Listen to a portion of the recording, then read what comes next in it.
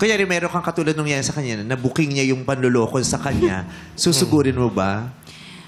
Hindi siguro, pero pag nakita kami, baka pwede makarinig siya sa akin. Wow, may ganon? Kasi ang pag tinignan mo siya, mukha siyang palaban si Rita di ba? Pero hindi naman laging yung Yes. di ba? Pag ikaw, reserved ka naman pag ano. Oo. Iyakin yan eh. Iyakin. Iyakin. Kaya rin ako siguro naging artista. Iyakin. At magaling na singer. Salamat po.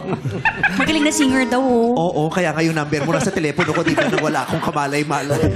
Dapat naglagay ka ng alarm. Uy, meme. Reminder.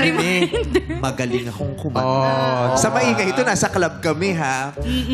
Ano sabi mo? Napapanood kita sa SOP. Yeah. Kunin mo yung number ko. Introduce mo. Ice break. Wala siyang I nagawa. love her. Wala siyang nagawa. I love her. Aww. So, ayun. May kapatid kang babae. 5.